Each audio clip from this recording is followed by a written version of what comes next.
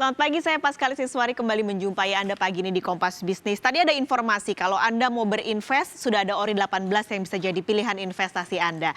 Tapi tidak hanya itu, pagi ini kita juga akan berbincang soal karya kreasi kain nih saudara yang bergeliat melawan pandemi. Kolaborasi UMKM dan desainer papan atas jadi salah satu cara yang dilakukan agar Wastra Nusantara tetap berjaya. Sudah bergabung bersama kami untuk berbincang pagi ini Elsya MS Chani, Direktur Departemen Pengembangan UMKM dan Perlindungan Konsumen Bank Indonesia, dan juga desainer Itang Yunas. Selamat pagi Bu Elsya dan juga Mas Itang. Selamat pagi. Saya mau Selamat ke pagi. Bu Elsya dulu. Ini soal karya kreatif Indonesia yang periode 2. Ini hari ini memasuki hari ketiga Bu Elsya. Jadi 2 hari kemarin bagaimana animonya dan hari ini apa nih yang menarik yang bisa dilihat? Oke, selamat pagi Mbak Paskalis, Mas Itang.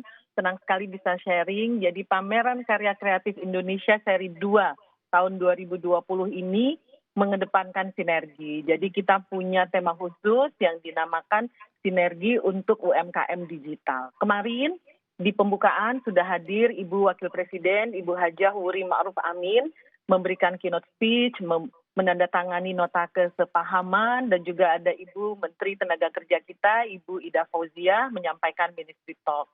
Lalu kami juga bersinergi dalam penyelenggaraan webinar, dalam menyelenggarakan business coaching event, business matching, dan berbagai kegiatan lain. Nah, yang tidak kalah seru adalah untuk pagelaran karya kreatif. Jadi hari ini kita akan langsungkan lagi pagelaran karya kreatif yang kedua, yang memperlihatkan sinergi antara UMKM binaan Bank Indonesia dengan desainer ternama Indonesia.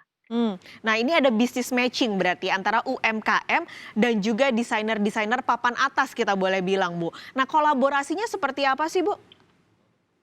Kolaborasinya adalah di mana kita mempertemukan desainer nasional yang sudah kita pilih juga dengan produsen kain Wastra Nusantara yang sudah melalui proses kurasi di Bank Indonesia.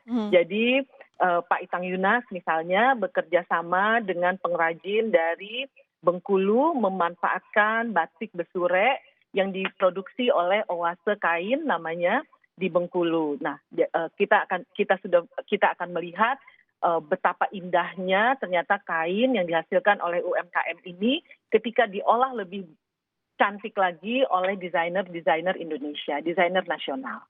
Nah sekarang saya mau ke Mas Itang nanya langsung nih ke desainernya yang kerjasama sama UMKM. Proses akhirnya untuk memilih UMKM-nya, memilih akhirnya kain batik, kain besurek itu, gimana prosesnya Mas Itang?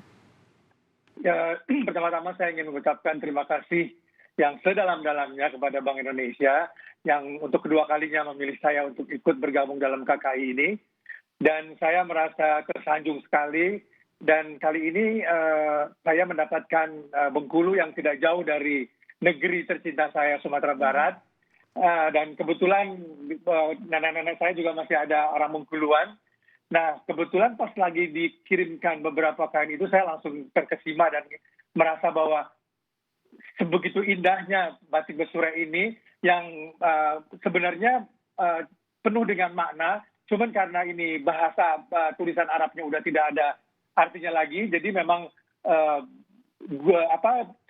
usapan-usapan daripada batik itu tersebut membuat satu kehalusan yang sungguh-sungguh sangat saya nggak duga bahwa Bengkulu bisa membuat batik sehalus seperti yang saya dapatkan yang ditunjuk oleh Bank Indonesia. Jadi sebenarnya kurasi ini datangnya dari Bank Indonesia dan Bank Indonesia lah yang menunjukkan bahwa ini plot untuk Itang Yunas karena tahun lalu saya udah dapat Sumatera Selatan, tahun ini saya mendapat Bengkulu. Betapa senangnya saya bisa melangkah ke beberapa daerah di Indonesia gitu.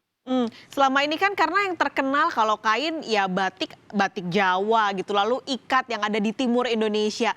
Ini sekarang baru nih kain batik besurek yang akan mulai semoga harapannya bisa juga mengglobal seperti kain-kain lain. Nah Mas Itang aku mau nanya, memang atau kualitas yang dimiliki kain batik besurek itu apakah mumpuni nih untuk jadi salah satu kain yang nantinya akan diunggulkan di beragam kekayaan yang dimiliki Indonesia? sebenarnya batik Basure ini udah jauh-jauh lama dari nenek moyang kita udah ada gitu. Cuman penuh dengan makna tulisan-tulisan, ada bismillah, ada segala macam, ada kata-kata di dalam surat-surat Al-Quran.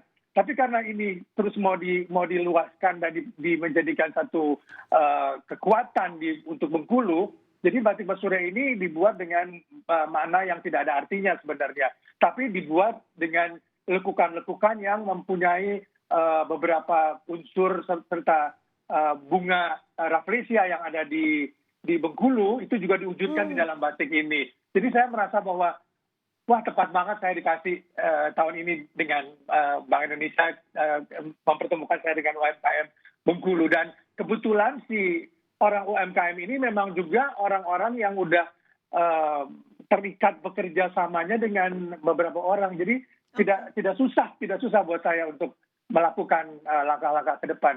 Jadi dalam waktu beberapa bulan ini saya sudah membuat satu koleksi yang sentuhan Indonesia tapi bergaya internasional. Itu yang paling perlu karena kita akan melangkah untuk maju ke dunia seperti itu. Ini beruntung karena pengrajin kain batik Basure ini punya kesempatan untuk bisa berkolaborasi dengan Mas Itang. Tapi bagaimana dengan UMKM lain, dengan kain-kain lain? Bagaimana caranya supaya mereka tetap bisa go internasional, go global dan gak kalah sama kain lain? Apa yang BI lakukan dan apa yang akan desainer ini lakukan untuk Indonesia? Tapi jangan dijawab dulu Bu Elsa dan Mas Itang, kita akan jeda sejenak. Kompas Vision akan segera kembali.